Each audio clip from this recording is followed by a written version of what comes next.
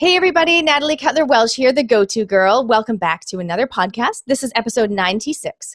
And today I'm talking to Leon J. He's from Fusion HQ. He is an international author, a speaker, an entrepreneur. And we're going to be talking about creating a business that makes a real difference, a positive difference to everyone. This is a topic that is so close to my heart. I'm so excited. So hello and welcome to Leon. Hi there. Pleasure to be here. So, Leon, you and I met a few days ago. We both spoke at the social media conference that organized by the lovely Juanita from the Online Business Academy. How did you enjoy the event? How did you like the day? It was great. Always, I love events. It's a lot of fun. It's great to, spend a lot of time in front of the computer working and to get out there and meet people and to connect with people that are really putting these ideas into action is always very inspiring. I loved it. I mean, I was saying to Juanita and actually I said to the audience when I did my section that the caliber of speakers at that event was amazing. And I went to Social Media Marketing World in March in America, and I went to lots of talks. And honestly, the caliber at that event that we need to put together was amazing. I mean, we had Cassie Roma, we had Anna Stretton, we had Evan from Facebook, and it was incredible, wasn't it? It was. And I mean, for me, it was nice because quite a lot of the time, the events that I go to, they tend to be a lot of professional speakers and people with a specific agenda, whereas this conference was quite different. It was really industry experts that are out there and really come out and dedicated their time to sharing the information, that they're implementing on a real day-to-day basis. And that for me was a very refreshing change. And it was such a nice balance. And I know that the people that were in the room, they were blown away with the value. I mean, taking a whole day out for some people is hard to get their head around, but yes. They were so happy that they went. Yes. And I have to say, I mean, I told you this already, but for your audience sake, I mean, Natalie was definitely one of the best speakers, if not the best speaker by far that day. I mean, for me, the content that you shared and the passion which you shared it was just absolutely phenomenal. Well, thank you, Leon. That is huge. First of all, coming from you, because I know you've done so much speaking in your time. And for those people that missed it, I did put a little video clip. It's only about 2 minutes, but I put a little video clip up on Facebook. I know Juanita actually filmed the whole entire day, which is amazing. But if you want to grab a glimpse, it's funny because the video, because of the lighting, I'm wearing bright pink and it's totally orange, like I'm just like this orange lady on stage. But if you want to have a look at it, you can check it out on the Go-To Girl Facebook page. Definitely recommended. Hey, Leon. So for those people that don't know you, I'd love it if you could tell us a little bit about you, like who you are, how you came to be here. Yeah, sure. So, I mean, like I try and explain to everybody, I wasn't a born marketer. I didn't just wake up one day and be an entrepreneur. And I think people often forget this. They see the end journey. They see the current snapshot in time where they first meet you when you're maybe more successful. And they forget the struggles and the challenges that got you to where you are today. And I think it's really, really important to point out that, the success that I've enjoyed today didn't just happen overnight. And in the early days, it was very much the struggle. I mean, I was... when you go way back, I dug graves and unloaded trucks, and I've done some pretty bad things in my time in terms of ways to try and make money. But out of that came eventually this passion towards building businesses, and it was something that kind of evolved over time, if you will. And more recently, I don't know some of the successes, but I've helped produce one product that ended up generating $1.4 million in sales, and that was within 10 days. I've written 3 books. Like you say, I've spoken on stages around the world now, and I've built various different software platforms, the most well-known of which is probably Fusion HQ. And so, my life is very different today than how it used to be. But I think it's really important to remember that it's always a process. That, where I want to be tomorrow is very different from where I am today. And so I just really want to spread that message to everybody who may be listening here and thinking it's okay. It's different for you. It's different for Natalie because you're so successful. It's easy because you're where you are today. And I just want to encourage everybody, no matter where you are, just to keep on remembering that this is a journey, and you can do it no matter how far you've got to go or how far you've come from. It's always an exciting journey, and it will be full of ups and downs. So that's, yeah, I guess my biggest passion is to remember that it's not always roses every day. Yeah, that's right. And I mean, I think one of the things you said on stage was that, if you think starting a business is going to be like, your ticket to freedom or like really easy, it's not. And that's okay. Absolutely. As I said, I mean, my belief is that an entrepreneur is more like an artist, and it took me a long time to realize this. You tend to go to a lot of seminars and everybody's about make money, make money, make money. And it's because most people don't have any, and therefore they're so focused on trying to make some, that they often forget that the people who are really financially successful are often those that have spent years struggling first, and that it was really their determination, their passion for their art form, which in our case is business, and recognizing that business is really just the canvas with which an entrepreneur expresses his or her creativity. Yeah, and I mean, everyone does their own thing. Like I was saying in my talk, what someone's passion is different from someone else's, but if you don't have the passion, you're just not going to, you mentioned this, right? You're going to let it go. You're just going to give up because it's not all the time. I mean, you should be having fun. That's one of my mottos. I've gotten my sign behind me, easy, fun, and fabulous for social media. I think, if your business isn't fun, that you got to tweak something, but it's not always going to be an easy ride. And if you don't love it like crazy, then you're probably going to let it go. Well, exactly. And I mean, as you know, this was really the kind of core focus of the subject of my latest book, which was Create, Automate, Accelerate, and has now become the topic of many of my talks, because I find that people are often asking the wrong question. They're coming into me and they'll speak to me and they'll say, or they'll ask, how do I make money? And it's really the last question that we need to ask. It's an important question, but I think it's the last question, even as an entrepreneur, even as a business owner, it's the last question that we need to be asking ourselves. I mean, when the time is right, it's a question that must be answered, and it must be answered well. But I find that it's a lot easier to answer, and we get a much better quality answer when we've established a few questions prior to that, when we've set ourselves up correctly in the first place. Yeah. And a part of that is finding that passion. I mean, that's definitely what I call the 5 P's of priority. And the second P is passion. But what I find is that a lot of people, they come with the misconception that passion means enjoyment. And while there is definitely some connection, there's some definite link between the two, the word passion itself comes more from the term suffering. Now, that doesn't mean I should go out there, or I'm going out there recommending that everybody has to suffer and should be tormented.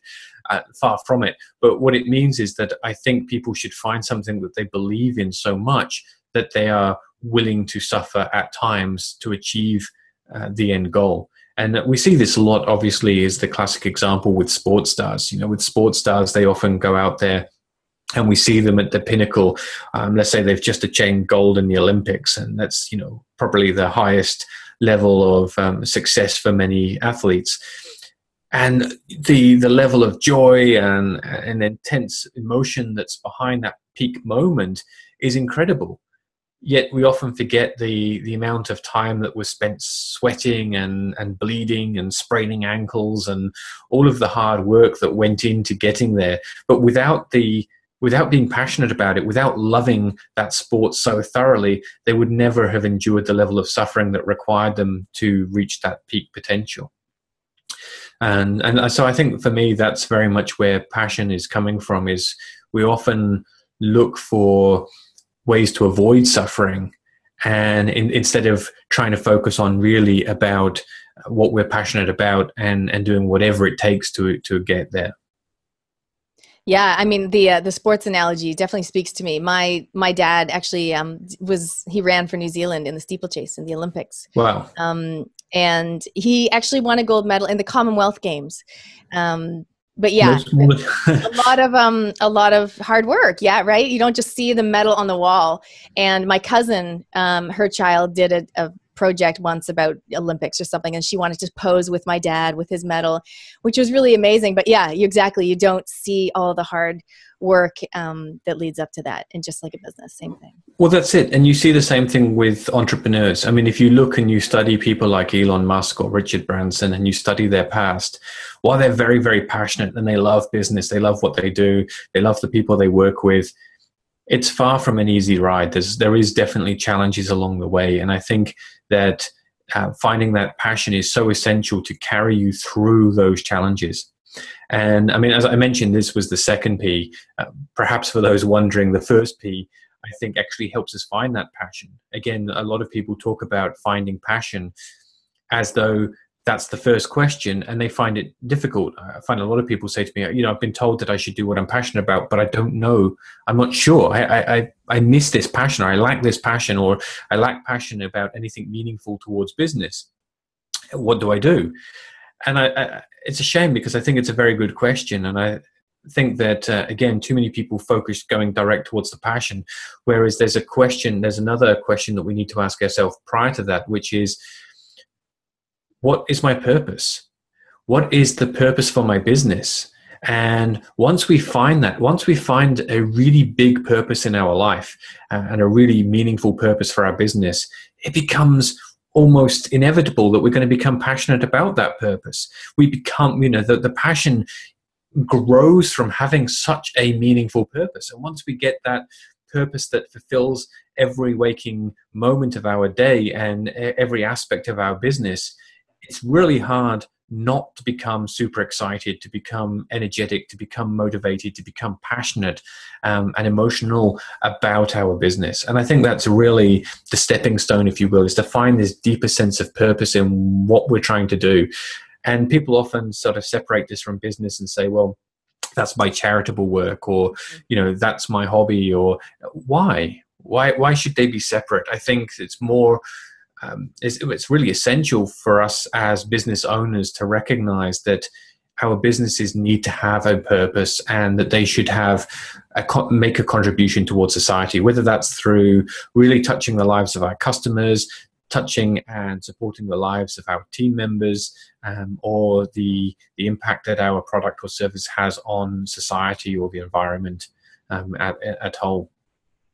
It's so interesting that you highlight that, because, for me, that's something that's really becoming clear now. I mean, I've been in business 3.5 years, and when I look back, it's like I'm bringing forth what I've always cared about, but I'm bringing it forth in my business even more now than I did in the past 3 years.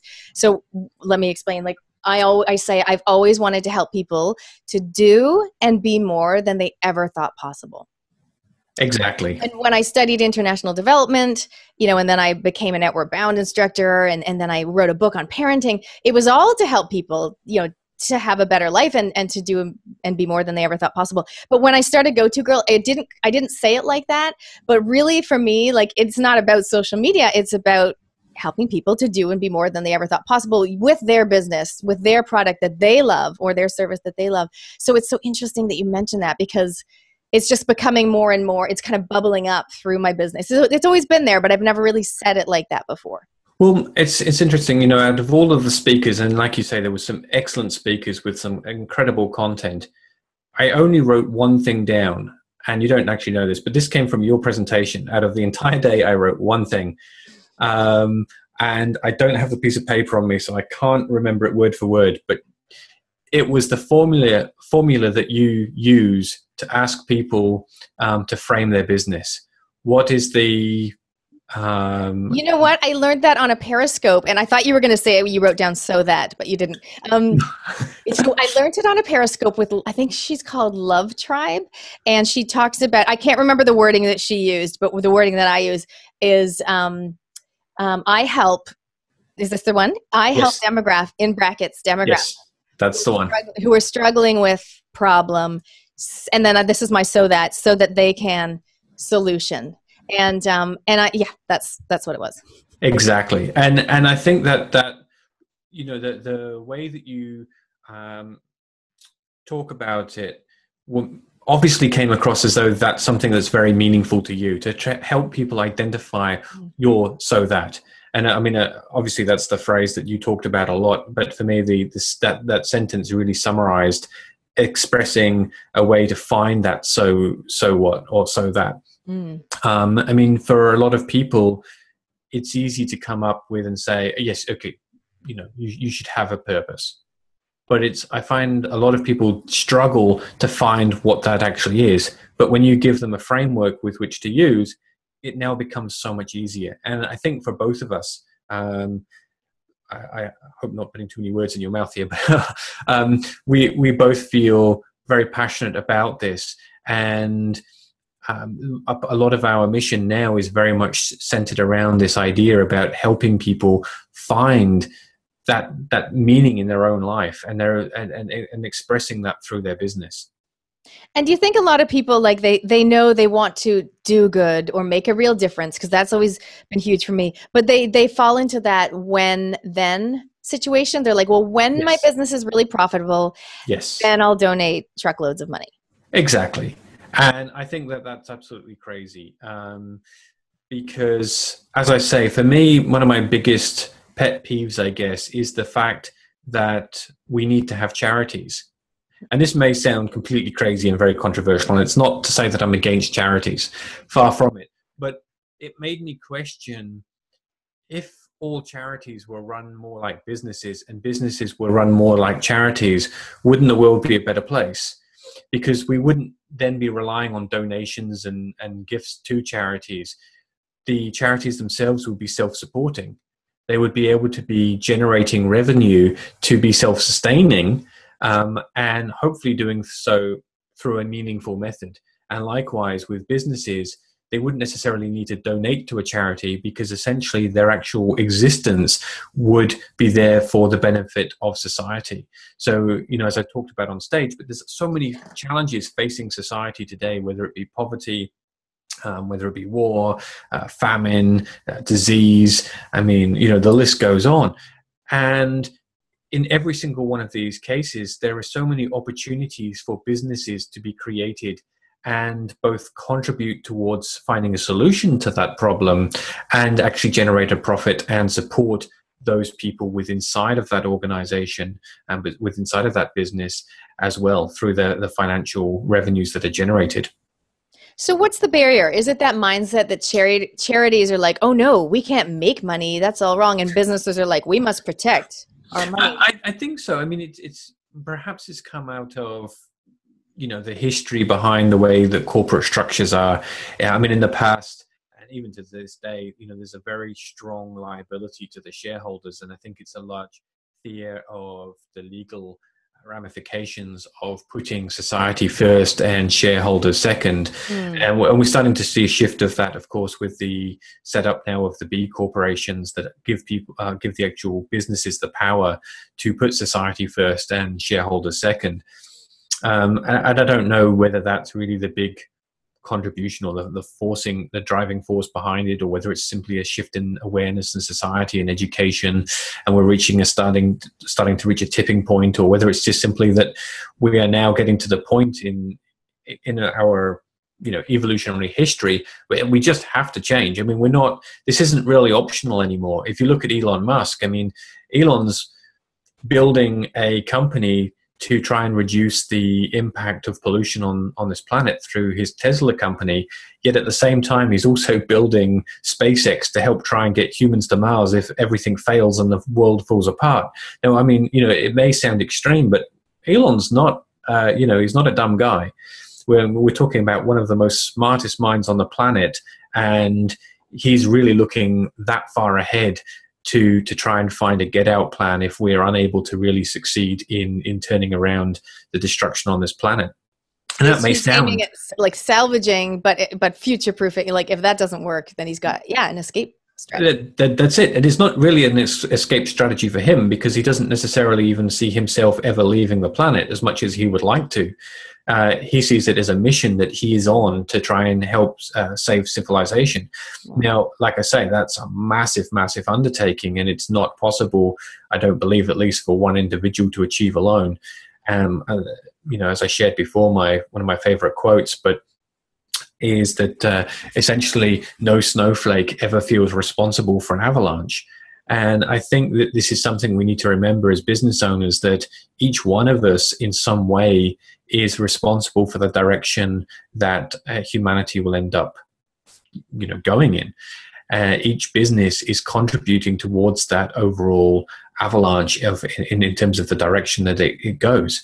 And that can be either a positive thing or a negative thing. And right today, it's not about having everything perfect. It's not about having a business that is, zero impact. I mean, for example, we use computers. Now, those computers don't come up without a cost to the environment. However, it's really about ensuring that we are more conscious perhaps about the types of transport that we use, the way that we're buying our equipment, the types of equipment that we choose to buy, the product or service that we're creating, and what kind of impact does that have to society. Perhaps being more conscious about the providers and the people that we do business with. Are they making an effort towards sustainability? And ultimately thinking about this in a much bigger context, and not just simply about what's the quickest way I can make money. Yeah, so bringing that conscious consumerism into your business plan. Like when we printed our book here, we actually did it in New Zealand, more expensive than printing in China. But for me, and I've got my master's of environmental ed, and I used to be more aggressively green than I am at the moment.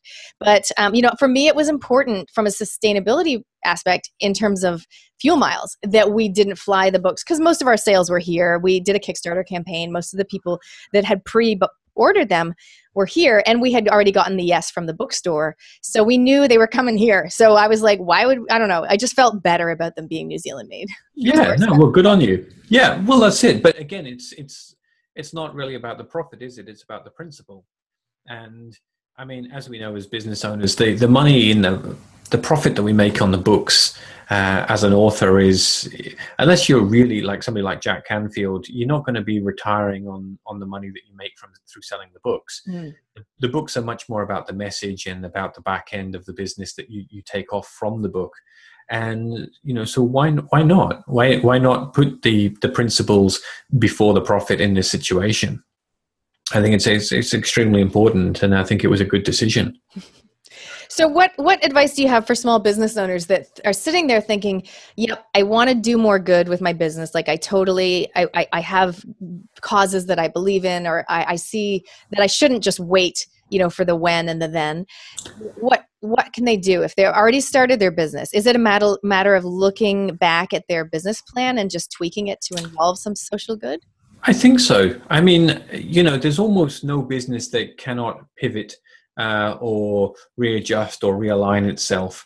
And I mean, even for me with Fusion HQ, that company now is 6 years old, and it didn't start off. I mean, I'm much, much clearer now about what's important and, about these principles and ideals, which it's not that I didn't have them necessarily at that time. I just maybe wasn't as conscious of them or wasn't as active trying to implement them. And so, the truth is, I mean, that business started with a different goal in mind. It was very much around trying to solve digital and affiliate marketer problems online by providing a platform and a solution to enable them to grow and build their business. But as that company has evolved, as I have retrospectively looked back at it now with these new ideals and these new concepts that I wish to apply to that business, I start to look at it, and for a start, just for my own peace of mind and my own, to reignite my passion in my own business. And because, as you know, years later, as you keep going, sometimes that passion can begin to wane and the energy sort of decreases. So to kickstart that again, I needed to see things in a new way. I needed to have a new passion or a new meaning or a new purpose behind the business. And what I realized is, of course, that by providing a platform such as this, we empower people to be able to build their own businesses, to create their own incomes that enable them to stay at home perhaps and not have to commute. So again, automatically, we're now cutting down on the amount of transport time required by people going to and from work. It perhaps allows people to move towards the countryside because they're no longer dependent on having to live in the city centre, and gives them a more sustainable or enjoyable lifestyle, and perhaps has a more positive impact on their children. It enables them to share valuable content. And this is, of course, part of the mission that I'm on now with the books and the education we're producing. But as a business platform, we're able to reach out now and use that platform as a way to connect to business owners, to encourage them to use their time and their businesses wisely to provide more value, whether it's through helping educate people through to a better health, or to better relationships, or for more environmental awareness. The list can go on and on and on. But we're just a small part of that. We're a tool which people can, like any tool, use for positive or for negative. And I think as a business owner, we've recognized the responsibility to try and encourage people, to encourage our users, and indeed other business owners, not just our users alone, to start thinking about their businesses in a more conscious way. Yeah, I mean, I know that for me, when I first started out Go2Girl, it was more of a community-based, like uniting locals and local business. That was kind of because I had more emphasis on the networking side of things. And at that stage, I said, I'm going to donate a certain percentage every month of my earnings to a different, and I was just going to do a different charity each month. And as we went along, I didn't have a particular charity. I just kind of would just pick and choose one, or I'd donate to a certain Kickstarter campaign 1 month if I believed in it, or just, it was a bit haphazard. And it kind of is still like that. As I mentioned, I'm running this Connecting for a Cause event, and the money's going towards Shine, which is reducing domestic violence in New Zealand. So that's great. And I actually also designed a necklace in collaboration with I don't have it on at the moment, but with another Kiwi business, and some proceeds from that go towards Shine as well, is what we're doing. But and sometimes I donate to give a little, but I don't have a specific one particular business or a specific plan around that. It's just more go with the flow. So what advice for me around that? Is that okay? Yeah, I don't think it's anything wrong in that. I mean, I'm a big believer in trying to focus and concentrate resources where possible. And my only concern sometimes is spreading resources very thinly. And it's not that, somebody said to me the other day, well, why don't you support more charities? And it's, well, the amount of money that you can give is only limited. Even Bill Gates, I mean, he can only give so much. It may be a lot more than the average person, but even he cannot support and fund every single charity to the point that they have all the funds that they require. So I think it's really important that we do get behind causes that we believe in, and try to make a significant difference, whether that be through supporting them, through marketing, spreading the word, if you will, which I think is a very powerful way for us to really contribute without even necessarily putting a single dollar down. That we have to remember that that's very tangible value to be able to spread the message. And I think, people such as yourself have a huge potential to be able to do that by having a platform, by having a list, by having a relationship with a large number of people. So I think that's always a good thing. But to try and focus those efforts in, and so if Shine is something that becomes truly something that you believe in and are extremely passionate about, to really donate more of a percentage, a higher percentage of the overall resources that you have into one specific mission, so that you end up being able to have a bigger impact for that particular cause. Yeah, I mean, for me, it's definitely it's always going to focus on, women and empowering women. So the other organization is Dress for Success that I've done a bit of work with. Now that's a totally different level. It's the Shine ladies, like, they are not safe in their own homes. Right. And the kids aren't safe. So I care, it's the kids as well. And also, it's not just that, it's also celebrating men that are wonderful and treat their women wonderfully as well. Right. So, yeah, we're not all bad. Yeah, no, you're not all bad. So for me, it's organizations that involve just happier and empowering women, really. Yeah. So Exactly. It needs to be something that you believe in. And ideally, I mean, it aligns with my business, because if I can help them by using social media, using my women who also want to help me spread the message. In fact, so we're doing this as a silent auction. So it's a networking event plus a silent auction. And just the amount of people that are emailing me and messaging me with all the things that they want to donate is amazing. So it's heartfelt, you know, the fact that these ladies, these other women in business, they don't just want to come, but they want to donate their products and services, and all the money will go to Shine, which is beautiful. Well, this is nice. And, you know, another thing that I would look at from Shine's perspective would be to work with somebody such as yourself, to get somebody with a more business oriented mindset to be able to come in perhaps and help them with a game plan, to donate their time, to then help them build a more profit-centric plan as part of their overall operation. So I don't know if you remember Anna Stretton talking about how with her project that she's very passionate about, with the Raw project. And, you know, one of the things they were doing was to get the women there to go online and start selling products, and to actually have their own e-commerce presence that then obviously helps fund the overall movement. And one of the ideas I always had that unfortunately is yet to fully manifest, but you know, given enough hours in the day, we'll get there. But with the Fusion HQ platform, we wanted to donate that to orphanages, so that along with the training that backs that up, to enable them to use the resources of the people with inside of the orphanage, the older children, to get them more business minded, to help them create businesses, to work as a team, to generate revenues via the Fusion HQ platform, to then fund the actual orphanage itself, as well as then give a year's subscription or 2 years subscription to the orphans as they leave. Because this is one of the biggest challenges with orphanages is when, particularly in developing countries, but when they leave, often they have no future. They've been supported up to, you know, age 16, and then basically the funding or the support gets stopped, and they're on their own. So to have them in a business mindset, so that they can then become self-sustaining after they've left the orphanage as well, and to give them the tools, the platform, and the training to be able to achieve that.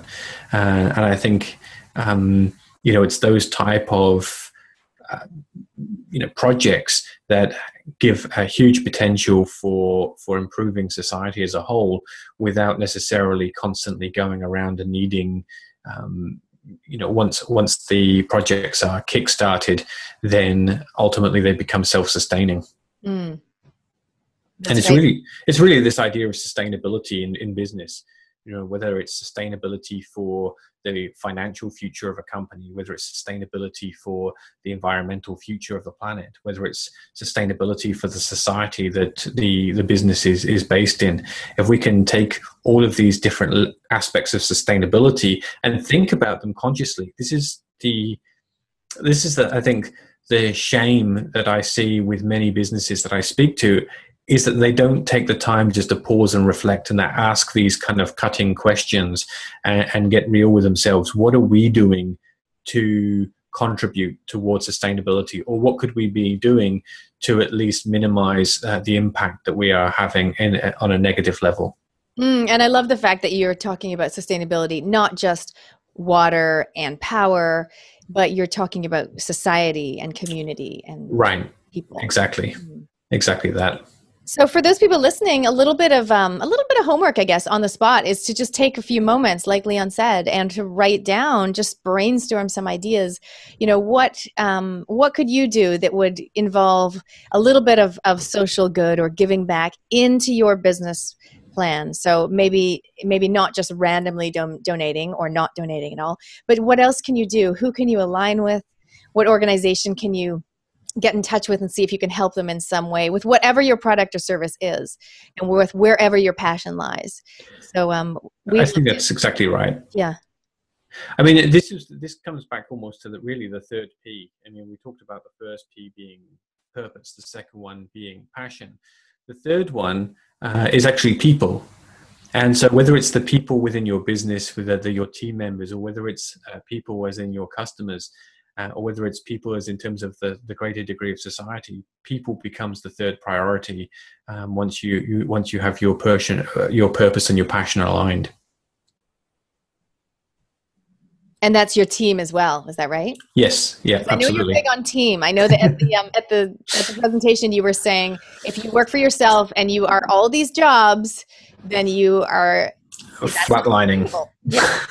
Well, it's not. And this is my biggest realization for myself. And I was the entrepreneur that tried to do everything themselves for years. So, don't think I'm getting on my pedestal about this. This is, learning the hard way. But the issue is that we become the biggest weakness in our business. And if you think about it, if a business relies on you 100%, there is no future for your business. It's just a matter of when it's going to fail, because ultimately you are not, you are not consistent for the rest of your life and beyond, for eternity, right? Anything could happen at any time, and it does. This is the thing that we often forget. We think that today we're healthy, that we're focused, we're passionate about our business, and it's always going to be that way. And unfortunately, the sad truth, it isn't. It's just a matter of how long, and we don't know when that's going to happen. So we need to take, the opportunity while we are healthy, while we are energetic, while we are focused on building our business, and plan for the future to build in those systems and those automation processes to enable that business to outlive us, or at least support us in times where we need the business to look after us instead of us having to look after the business on a day-to-day basis. I think that was a huge wake-up call for a lot of people sitting in the audience. I mean, everybody knows that. They know that they shouldn't be doing it all. And I've talked a lot about outsourcing on this podcast too. So if you've missed those podcasts, there's probably about 2 or 3 of them where I've talked about outsourcing.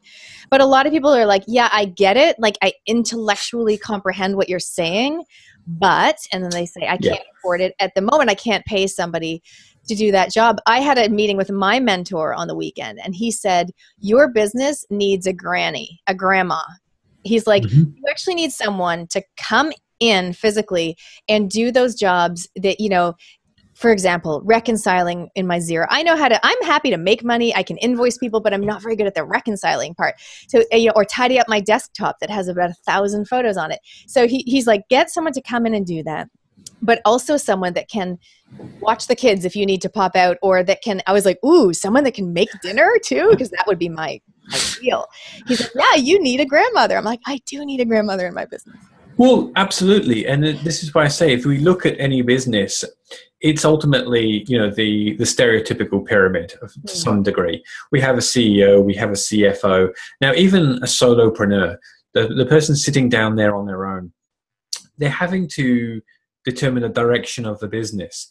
They're having to determine the concepts and the goals for the business. That's, high level strategic thinking. But then they're also having to be the director of marketing and the marketing guy and the content creator. They're also having to be the product maker. They're having to be the CFO. Even though that may only take a small amount of time each month for a relatively small business, it still needs to be done. They have to do their own video editing or podcast editing. They have to, clean their own office. It doesn't really matter how small or how big that task is. Ultimately, somebody needs to do it. And if you're sitting down writing your name as the person who does that task on every single thing, you start realizing very quickly that nobody's good at everything and nobody has time to do it all. And when you are the person trying to be good at everything and be the best at everything, and your business is automatically going to be limited, it's going to be capped. This is why I say, when you look at sports stars or actors or musicians, their rise is in direct proportion to the quality of the team they had around them before they rose. Like, they don't go right unless they keep reinvesting. People sort of see them perhaps as up here and think that, well, now that I'm up here, now I get the best quality team that now aligns with that level that they've reached. But it's not. It's actually that, and this is always obviously progressing in stages, going up and up. It's that they get a team around them that is bigger or better quality than they had before, that now lifts them up to the next level. and then they upgrade the quality and the size of their team that then allows them to get to the next level, and so on. And it's only through doing that that you can keep going. And people always think that, like you say, oh, but when this happens, the when and then. Exactly. And it's not that it's necessarily a digital. It's not like you flip a switch and suddenly you have the number one team that's, you have 400 of the greatest people around you in the world that are your team. It doesn't quite happen like that. But at the same time, it doesn't happen retrospectively or sort of, then. It doesn't happen then. It happens as a ongoing process in the now. And it happens only through being conscious and taking conscious action to attain that team, to attain that automation, to buy those upgraded tools, and to basically make your business run in a systematized way, to the point where eventually you are no longer required. It doesn't mean that you don't necessarily want to be part of your business. You can still be a part of your business. But should you not want to, or should you not be able to, then you at least have that flexibility and freedom to know that it will continue to carry on with or without you. Yeah. And I mean, for people that have listened to some of my previous podcasts, I think the couple before this, I was talking about how I was just having a moment of great reappreciation when I went back to Christchurch and I saw my house that was no longer there because of the earthquake.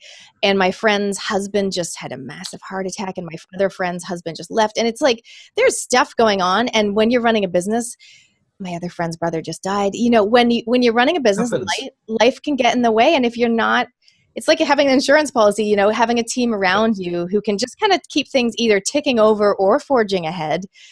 It's not good. Well, this is it. And, to be honest, I made it for quite a few years without having a major drama necessarily. But the thing is, you have to realize that dramas do happen, and they will happen almost inevitably. If they don't, then just be grateful. But plan for those dramas. Like you say, I mean, we've both had many friends that were affected in the Christchurch earthquakes and lost businesses and had their lives uprooted.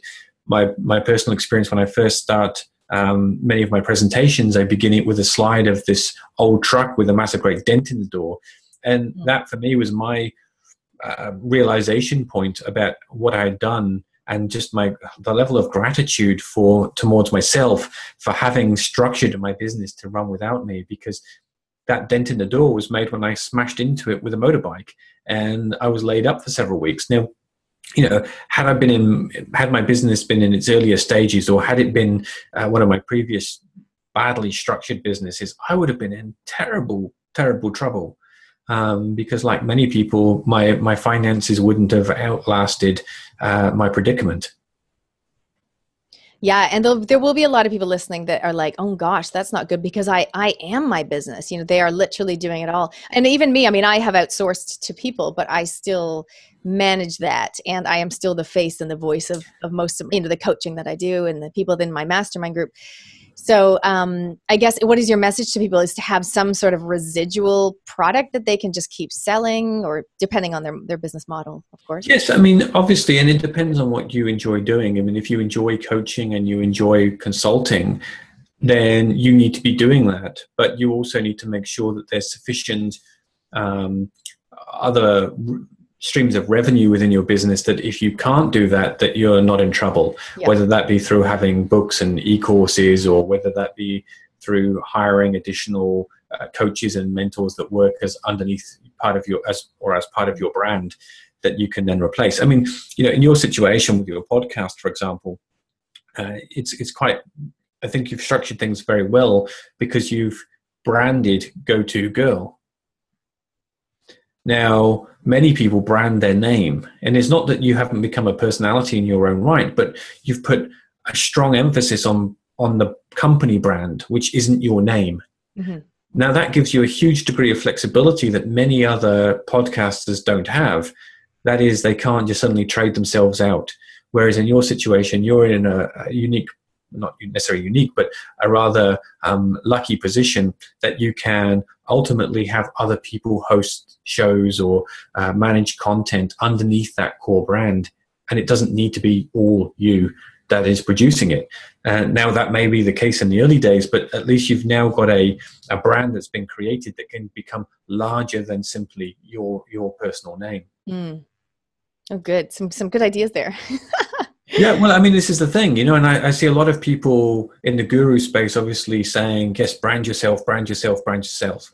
And there is some value in that, but there is also a danger in that. And I think it's really important to find the balance between, yes, have a personality, yes, have an opinion, have something to say. Don't necessarily hide your name, but attach it to a bigger brand, if you will, something that can outlive you, that is not necessarily all about you alone, and something that you can allow other people to become a part of.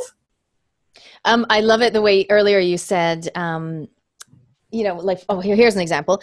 So I've got my book. It's called If Only They Told Me.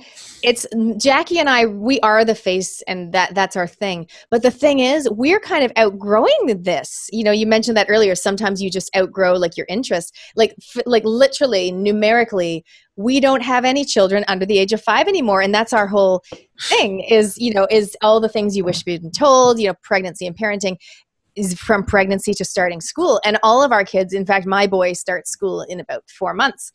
And that, so we aren't in that we ourselves aren't in that demographic anymore. So it's either we shift the conversation towards the school and the tweens, or we kind of, train up or bring on 2 other moms who are in the throes of breastfeeding and toddlers and stuff, because we're just not there anymore. I mean, our tips that we give in our, ready for it, 125 episodes that we've recorded, they're timeless because, anyone that's in that stage, right?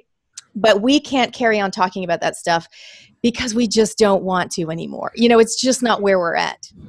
Well, I think, when you talk about books, another good example of somebody I think who did this right was Robert Kiyosaki. With Robert, he branded himself. He's obviously very famous. Almost everybody recognizes his name.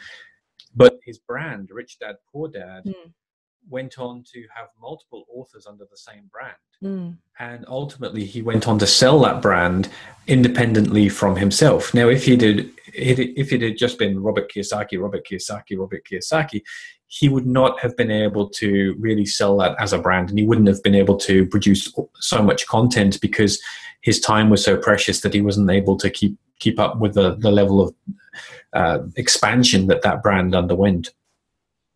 So I think, there's multiple ways of doing it, but ultimately, again, it's just choosing some strategies that will enable you to grow your business beyond you, even if you choose to be a prominent face within that business, such as ourselves. Now, one of the other interesting tips you gave at the conference was if you're thinking of selling, people are more likely, is this right, more open to buying from a business that has a partnership. It's not just one person. That was actually more about investment. Right. So basically, the top VC companies in Silicon Valley, they have some of the top companies over there will just throw away your prospectus if they only see that there's one founder. And the reason for that is they statistically know the chances of success are very, very low when there's only one individual involved. And that's because, of course, I think for multiple reasons. One is that the chances of somebody being so great at everything they're able to really grow the business alone is pretty slim.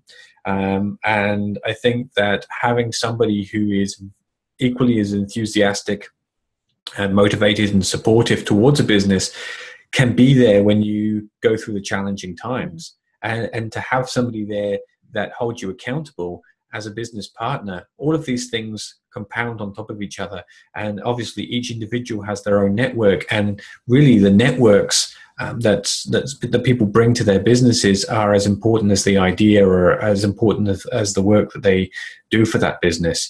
The networks are what make a business succeed.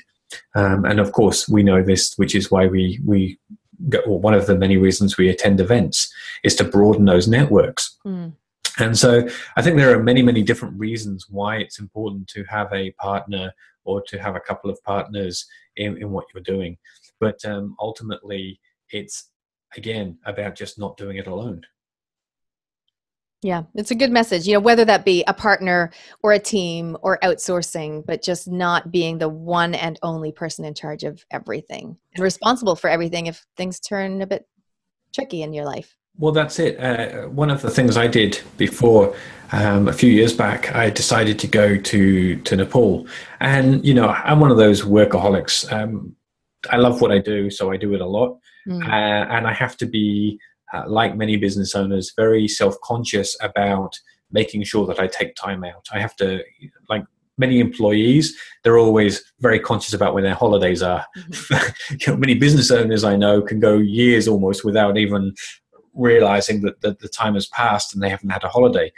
And I was reaching that kind of point where I needed to just suddenly stop and take some time out. So I said, okay, this is a great opportunity. So I stopped and I said, it was on Tuesday, and I said, right, Friday, I'm flying to Nepal for a month, and just cut total communication. I'm like totally off the grid. No phone, no email, no internet, nothing. So don't try and get hold of me. I'll see you in a month, and just disappeared. And I figured, well, this will be a great opportunity. So when I got back, I was able to look and say, well, what really worked well and what didn't work? And that gave me the insight to be able to see which areas of my business really needed the next level of improvement. That's a bold move. That's impressive. Were you actually able to turn off like your mind as well and just be present? Well, I had no real choice. I mean, well, I guess I had a choice, but yeah, I mean, ultimately after the first couple of days, it was a bit, withdrawal symptoms, but trekking through the Himalayas is always an amazing experience. And just being able to get away from everything and having that, there's absolutely nothing I can do about it. So it was a very surrendering experience. It doesn't matter. I mean, the whole office could be burnt down. I could have lost my entire company. But if that's what's happened and I don't know, there's absolutely nothing I can do about it from here right now anyway. So be it. Obviously, the reality was that when I got back, things were still ticking along just fine. We were making the same number of sales. Customers were happy. Business was carrying on. There was some room for improvement, and it was through taking that step back that enabled me to see where those areas of improvement were. So I that may be a little bit extreme, but I would recommend it to anybody in perhaps incrementing amounts. So maybe try it for, dare I say, an entire weekend. For some business owners, that's already quite a challenge, right? Then perhaps maybe try it for a week and just say, right, what happens if and perhaps you're not ready for this, but at least run through the scenario in your mind. If I was to not do anything for 1 week, what would happen? If I was not to do anything for 1 month, what would happen? And very quickly you can start seeing whether or not you have a sustainable business. Yeah, and that will be a bit of a wake-up call for a lot of people. And there, I totally relate to that workaholic comment. I mean, I'm so bad. I have to be like, okay, it's Saturday. I'm not going to work. Like even just 1 day a week, I try not to work because I don't work all the time, right? Because I still have young kids, so I work here and there. But I'm going away with my sister and her kids and next week. And we're hiring a batch, and I'm like, I am not going to take my laptop. So that's pretty huge for me. Yeah, it's important to do, I think. I mean, for me, I don't see work as really work, but I don't have this mindset of 9 to 5 is working hours and then weekends are separate or anything like that. I see that my business is a part of my life and my life is a part of my business, and I don't have any problem with that, because for me, they're not. A lot of people go to work and they think that's about making money so that they can then afford to pay for their life, which is the other part of their life, their other part of their time. And to me, that's a little bit sad. I think it's important that we enjoy what we're doing each day and every day, and that we value that. But just in the same way that even if you're an avid cyclist, you don't cycle 24/7. You need to have a break. You need to take a rest. And I think that's true for business owners. And the trick is being able to switch off sufficiently to take those downtimes, to step back and to be able to gain insight from the outside and let your mind and body recuperate. Totally. And that leads nicely into my next question, which is almost my last one. What is something about you that a lot of people might not know, like a hidden talent or something? Oh, God. So, yeah, I mean, a lot of people, I don't know, I'm going to just go back with, a lot of people don't know, but I've actually been homeless in 3 different countries. I'm not sure that counts as a hidden, as a talent, but, you know, trivia. Okay. When I first arrived in New Zealand, which was in 2000, I arrived with $80 in my pocket, and nowhere to live and nowhere to go, and didn't know anybody here. And so, were you a frugal backpacker? What was your plan? Oh, plan? That's very presumptuous. I'd been backpacking around Australia, and actually I'd spent several months with no more than about 5 cents in my pocket, and just backpacking and hitchhiking through the outback. And yeah, it's, you know, just really putting my faith in life and my ability to survive. And then I had a job for a short time that made just enough money to buy the flight from Australia over to New Zealand. So I worked for 2 weeks. Yes. And arrived here with enough change left over, which was $80 in my pocket. And so, yeah, that's something that a lot of people don't know. But I think it's just, you know, I think it's important to remember that it doesn't really matter where you're starting from. It just might take you a little longer to get to where you want to go. That's all. And just enjoy the journey. So you went from $80 in your pocket, and then how much money did you make in that 10-day period? Well, the revenue was about 1.4 million. Obviously, I didn't pocket the whole lot. Yeah. But needless to say, I did very well out of it. Yeah, but I imagine you appreciate it so much more because you've been in that $80 or 5 cents in your pocket. Well, not long before that, I was actually minus $50,000. So I was rocking back and forth on a bed at one point, because I didn't know how I was going to be able to afford to even buy lunch for and I've got a, you know, young daughter, and at that time she was just a few years old, and yeah, not knowing how you're going to pay the rent or even buy food at the end of the week, because everything was maxed out and there was no revenue coming in, and yeah, been through some stressful times. Well, we're glad to see you go from hardship to happiness. Very good. Thank you. Thank you so much, Leon. Hey, we've covered so much good stuff. You talked about purpose, passion, people, and so much more. Where can people find you and find out more about Fusion HQ and your whole story? Well, Fusion HQ, go to fusionhq.com. We have a segregated section of that software, which is just the lead capture page builder and autoresponder, and you can get that for free at send.fish. So www.send.fish, and you can get a free autoresponder and lead capture page builder there. More information about me, leonj.info, the book, createautomateaccelerate.com, and final mention, but I'm just starting to spread this mission and make that a lot more of my focus. And so I've just registered the domain socialpreneur.tv. And so my idea is that we're going to be having a lot more content around this particular topic at socialpreneur.tv.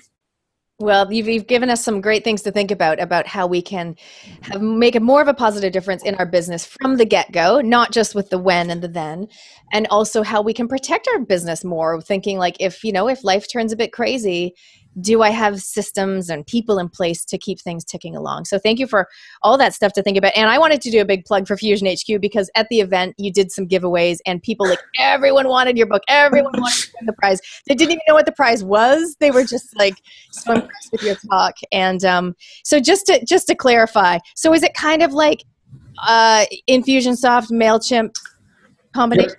Basically, it's a platform that enables people to build lead capture pages, sales funnels, membership websites, has an inbuilt affiliate tracking system, has inbuilt hosting, etc. So basically, you can build, manage, and run your entire business from one central area for, a lot of our customers are digital information marketers, affiliate marketers, authors, coaches, speakers, that type of thing.